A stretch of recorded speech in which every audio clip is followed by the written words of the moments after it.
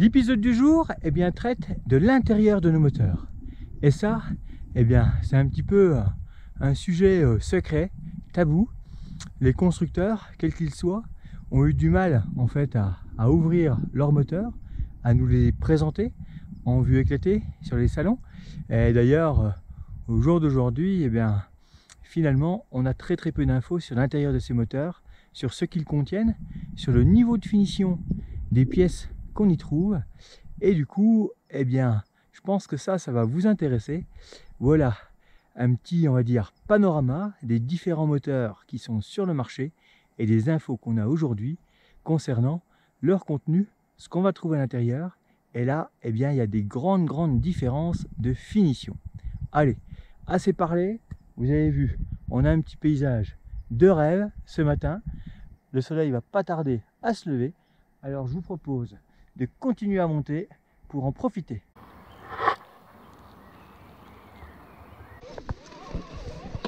Voilà, petit sentier technique du matin. Et là, certains diront, oh là là, mais le moteur fait du bruit. Bon, à la base, c'est qu'un moteur silencieux est soit généralement un moteur en panne ou un moteur qui ne marche pas. Bon, ça y est, premier pied à terre, c'est légèrement gras. Je sens que ça va être un petit peu la bagarre pour monter. Allez, on y croit. Si on sollicite la mécanique, on est vite dans les aigus. Aujourd'hui, un des moteurs les plus silencieux est le Brose. Ça s'explique tout simplement par la présence d'une courroie qui va apporter non seulement une souplesse au pédalage, mais aussi du coup ce côté silencieux. Après, sur les autres moteurs, là, pas d'autre solution, c'est bruyant, mais c'est normal. C'est un sujet sur l'intérieur de nos moteurs, mais dans les sujets aussi discrets, l'intérieur de nos batteries est tout aussi intéressant. Les cellules peuvent être comparées à des piles moyennes rondes, toutes reliées en série et chez Bosch ou Shimano gérées par un BMS, un genre de micro-ordinateur qui s'assure de l'équilibre et de la bonne communication entre les cellules et le moteur. Plus le BMS est performant, meilleure sera l'autonomie. Déjà sur les premières générations Classic Line, Bosch était resté discret sur l'intérieur de ses moteurs. Mais quelques années plus tard, pour des questions de maintenance, de remplacement de pièces, il a bien fallu réparer, donc ouvrir. Plus d'écran HMI, passage obligatoire en Entuvia, mais aussi graissage ou encore remplacement de la roue libre, autant de prétextes pour ouvrir ses moteurs. Sur une planète qui dit non au gaspillage, la réparabilité devient primordiale face à l'usure du temps.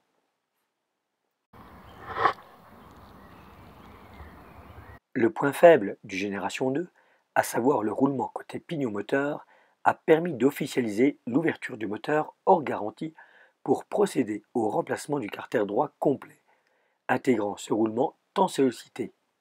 2 fois et demi plus qu'un roulement de pédalier sans moteur.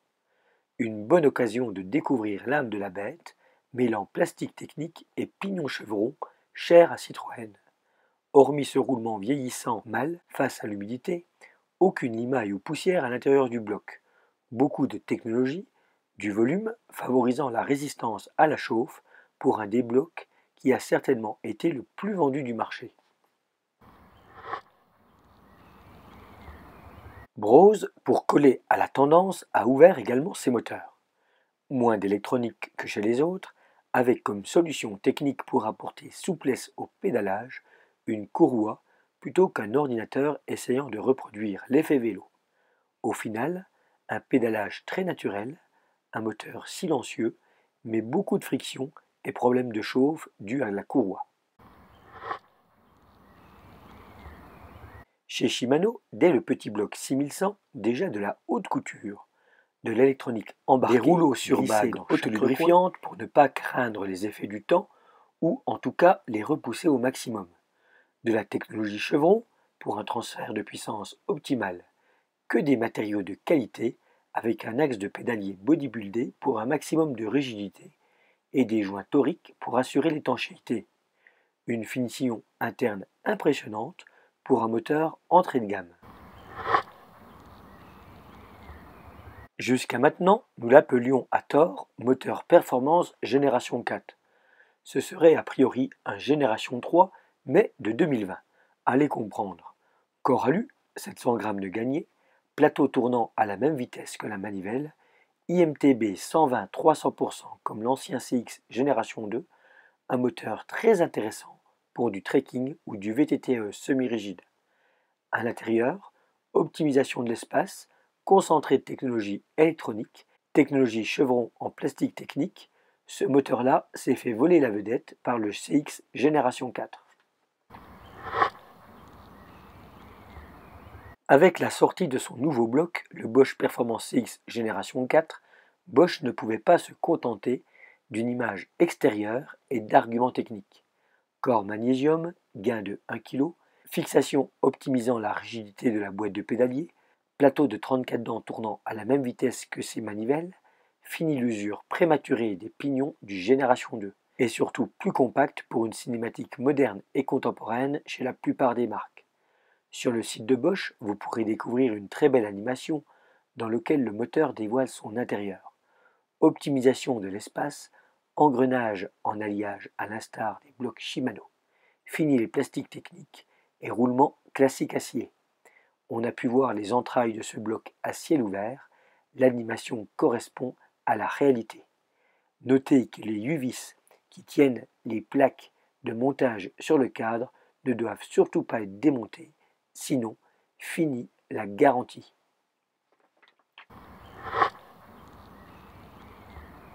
Si on considère le moteur seul, hors batterie et commande, le Shimano Steps EU1000 est à nos yeux la référence. Le plus compact, le plus léger, et ce sans magnésium. Une finition intérieure à couper le souffle. Technologie chevron en alliages spéciaux, optimisation de l'espace, axe de pédalier ultra rigide, cage de rouleau large, les images parlent d'elles-mêmes. L'on constate que le niveau de finition, les matériaux du 6100 au 8000 sont de haute qualité, sans oublier une étanchéité bénéficiant de 30 ans de boîtier de pédalier étanche. On a d'ailleurs l'impression que ce bloc a largement inspiré le nouveau bloc Bosch. En entendant ces petits moteurs, ça reste bien sympathique, parce que si vous aimez la montagne, les gros dénivelés, les montées de débiles, tout ne passe pas, hein. Mais quand je vois les possibilités de ce qu'on a déjà fait et de ce qu'on compte encore faire, c'est quand même un gros truc de dingue. Et vive la technologie, ça n'empêche pas que les VTT sans moteur présentent également un grand intérêt.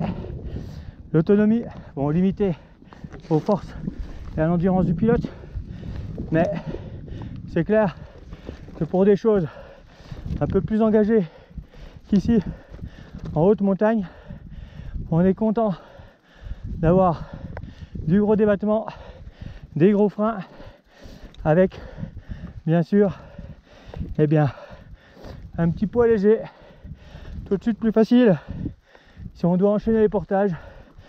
Mais bon, heureusement on a l'assistance à la marche sur nos VTT AE, ce qui permet quand même de faire des choses bien sympathiques. En tout cas, on n'hésitera pas à faire un second volet dans quelques années quand on aura plus d'infos sur les moteurs qui suivront, car on n'en est qu'au début et je pense qu'on peut s'attendre à avoir de très très belles évolutions dans le futur. Allez, place aux images. On doit pas être loin de 2300 mètres d'altitude dans le Beaufortin, avec une jolie crête. Et là, je profiterai pleinement du panorama au montage. Et là, j'ai pas trop envie de regarder à droite ou à gauche. Mieux vaut se concentrer sur la ligne et avoir une trajectoire la plus propre possible. Ouais, je pense que les images sont magnifiques.